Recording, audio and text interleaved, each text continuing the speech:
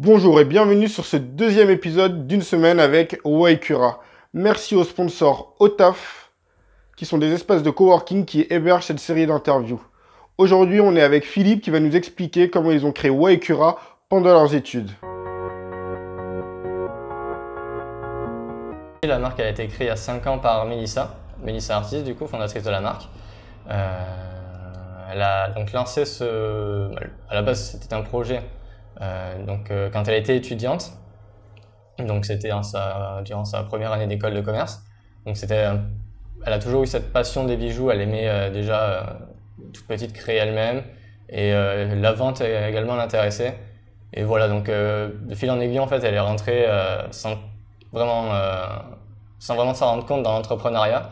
Et en fait, à force de vendre, elle a commencé sur Wix, sa première boutique en ligne. Okay. Et à force de vendre, en fait, elle a vu que ça lui plaisait, que sa base client grossissait. Et au final, elle s'est dit, je me lance quoi. Ça me plaît. Les clients adorent ce que je fais. Moi, j'ai envie de développer une marque. Et c'est en fait comme ça que Waikura est né. Okay. Et en fait, Mélissa, moi, je l'ai rencontrée il y a 2 ans du coup, quand on était dans la même classe, même école. Et voilà, donc petit à petit, j'ai découvert ce qu'elle faisait.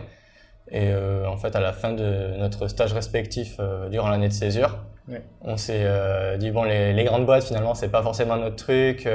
On a envie que ça bouge tout le temps. Enfin, on n'aime pas les choses où, voilà, nous, on avait eu l'expérience dans nos anciennes boîtes de tâches assez répétitives et pas forcément très forte valeur ajoutée en tant que développement de connaissances et application de ce qu'on pouvait faire.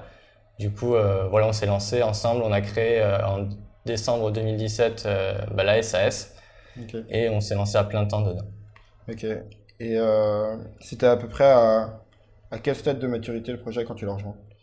Alors moi je l'ai rejoint, donc pour vous donner une indication, aujourd'hui Waikura elle compte 35 000 followers sur Instagram. Et Instagram en fait, je parle d'Instagram parce que c'est vraiment sur ce réseau social que Waikura est né.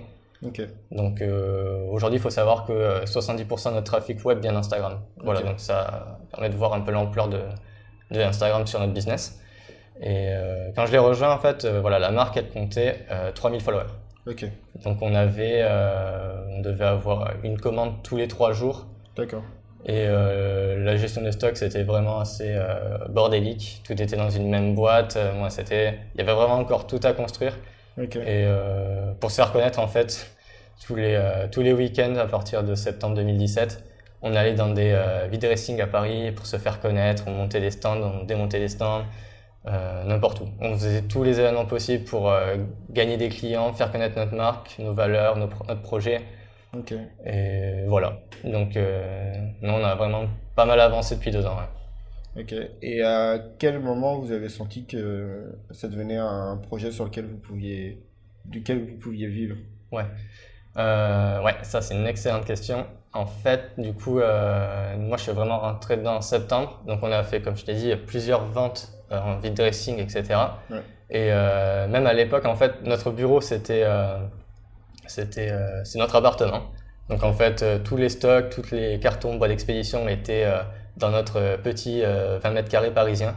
Donc voilà, tous les soirs, en fait, dès qu'on finissait notre journée en stage, on rentrait, on préparait les commandes sur notre canapé et le lendemain, on devait se rendre à la poste, faire la queue pendant 1 heure des fois pour envoyer une dizaine de commandes.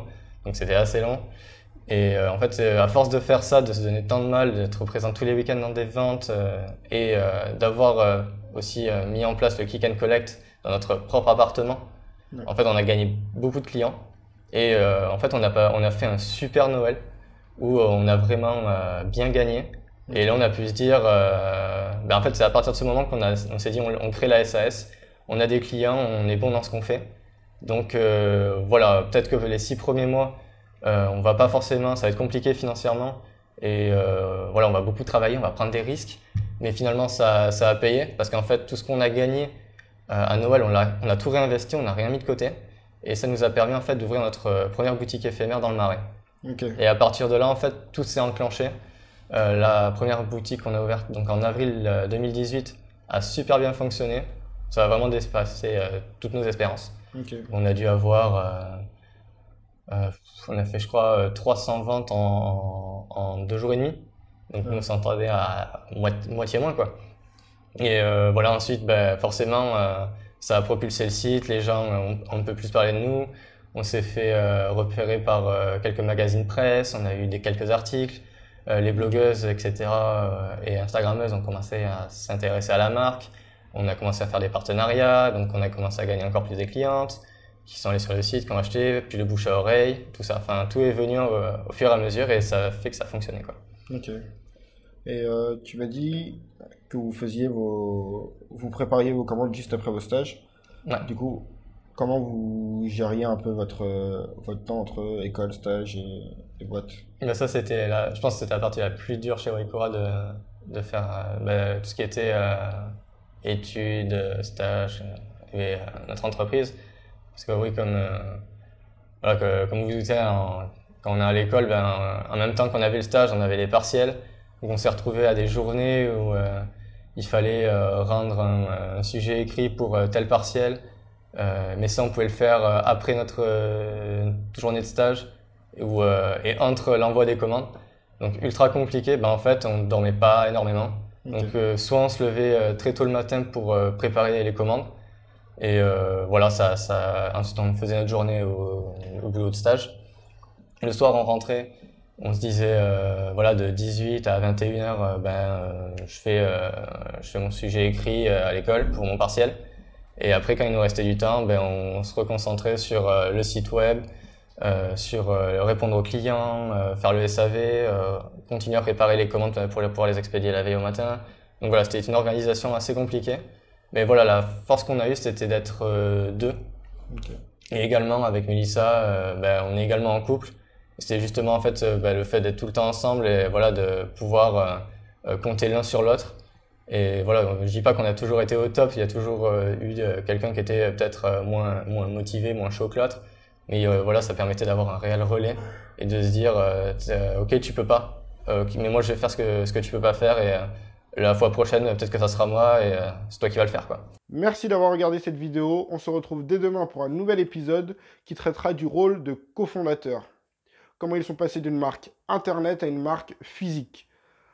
En attendant, tu peux t'abonner à la chaîne, mettre un like et réagir en commentaire. Pour nous aider, tu peux partager un maximum cette vidéo pour qu'on ait de plus en plus de portée et faire venir de nombreux invités sur la chaîne. C'était Alex de From K2M et à bientôt pour le million.